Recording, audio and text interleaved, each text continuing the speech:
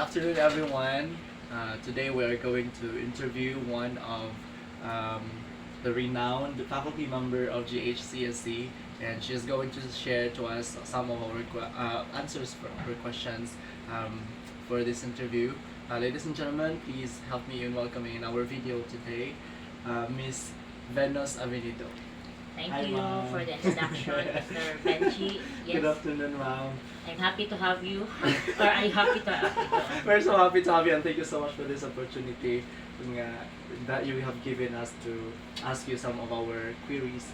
Yeah, ma'am, so let's start with the first question. So, what organizations are you affiliated with as of now and then in the past? Sige, thank you for that question. Basically, being a teacher, it is always important that you involve yourself in community activities, particularly in being part of the organization. So, on my capacity, personal capacity, I am still attached to my former school in high school as secretary for the Alumni Association, and also in college before here. I am also a secretary for the Alumni Association for ZOM. This is Zona, Swemso, and Zonas, GISA, Quemso, and GHSC. That's in the alumni side. And the other side is being a faculty. I am also elected as before, from year 2018 to 2020, I am the Federated Faculty and Staff Association President. Given the opportunity to represent the faculty in the Board of Trustees of GHSC. And now, starting 2022, I am elected still as the local Faculty and Staff Association President. Wow, you're wearing a lot of shoes, ma'am. Maybe. Yeah. Yeah, but I'm sure that actually helped you in developing your personal capabilities too, right? So now, with those organizations that you have affiliations, what have you noticed with the relationship between the school and those organizations, and how do they work? Well, that's good, no, for students and also for the community. It's good that we have the awareness on how the different stakeholders work together for the betterment or progress of a particular school, either basic education or in the higher education.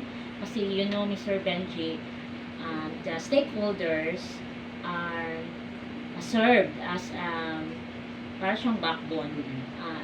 The students is the heart of a certain organization, or like an academe, the students is the heart, considered to be the heart of the school. However, the backbone, the people are considered as the backbone of the stakeholders, specifically the parents, teachers, and the alumni. But these are not only limited to them. We include also our some of our not some, but government officials, like the local government unit officials headed by the mayor and other government officials. As to the question, the relationship, it's important that there is collaboration. As they say, it's better if there are many heads than only one head thinking. Because economic progress and learning of the students is not only the responsibility of the school, diba? Yes. But it includes as well the participation indirectly of the other stakeholders. So example, the direct stakeholders are the parents, because they directly receive now the kind of teaching we have with the students. But indirectly, it would affect the economy. If we have a good product of graduates, this would be employed automatically by the businessmen or by the industry. That's indirect, no? But if not, then it would also have an impact towards our economy or the progress of the community in general. So, as we can learn from that, there is an indirect or direct kind of stakeholders directly involved, and the indirectly not involved, but the receiver of the services of that particular school. Yeah, well, I do agree with that, ma'am, actually. And most of the students don't know about that. niyan hiras like eskwelahan without even knowing who are behind everything that's making the institution going well.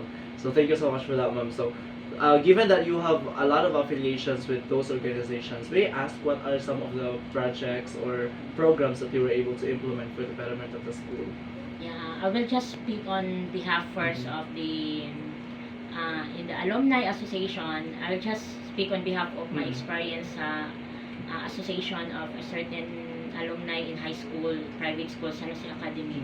Our alumni association has this contribution in the aspect of donating some of television set for the classrooms, especially when they started with the use of different gadgets during for the classes, wherein the schools are really required to have now television set.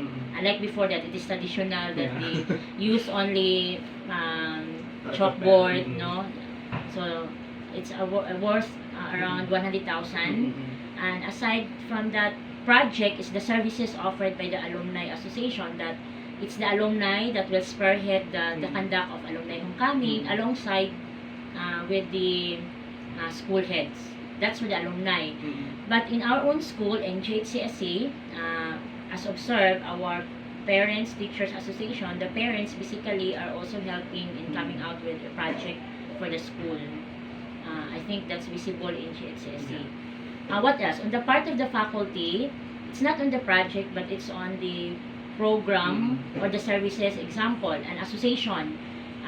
There's the aid for someone who is at the hospital, that's hospitalization aid, coming from the association of the faculty. Someone is hospitalized of a serious illness, they will receive an aid or hinabang, that's 5,000, coming from the monthly dues of the members of the faculty and staff association. Really? I didn't know that. Yeah. I only knew the hospitalization aid coming from the SSC. For students. Yes, for the students. Yeah, that's why even the law acknowledge the participation of these different stakeholders to come out with their own program, projects, and services. It might not be in a form of project na tangible building, but it could be in a form of services or coming out with their constitution and bylaws. What would be the services offered by this association? Aside from the medical, we have also death aid. If a certain colleague, of course, no, mamatay siya, that certain colleague and the family will be given an amount. And also for nuptial aid, that's part nuptial aid, medical aid, and death aid. And we, the faculty and staff organization, is also spearheading the testimonial party for the retirees. So these are part of the services we offer. So as to relationship, if these stakeholders are active, it will make an atmosphere wherein everybody is helping for the benefit or for the progress of the school. And the students will feel, I can lean on to my parents and my teachers and the school. Yeah. And sa gingon na pungkol ang eskwelahan kung wala organizations or the stakeholders, ma'am, no? So one last question lang good, ma'am. So since you as one of the faculty members of GHCSC, and I know that you have been serving with the different organizations, stakeholders that we have now, particularly the PTA, what do you think should be the new set, or as we welcome the upcoming new school year, what should be the focus of the organization?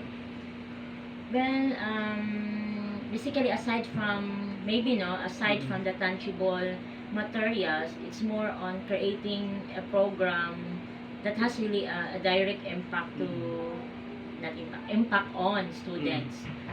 Because because some of these buildings should be based on the capital outlay by the government, but the program wherein students and teachers and parents will be given the opportunity to know each other, something like that one, more on relationship building than more on the tangible materials of buildings.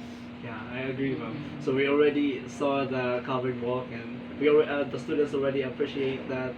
So we still look forward for more activities, actually, coming from the PTA. Alright, so thank you so much, ma'am, for your time and it's for my those honor as well to help the group. answers. Thank you so much, ma'am, Yeah. and have a good afternoon. Yeah, thank you.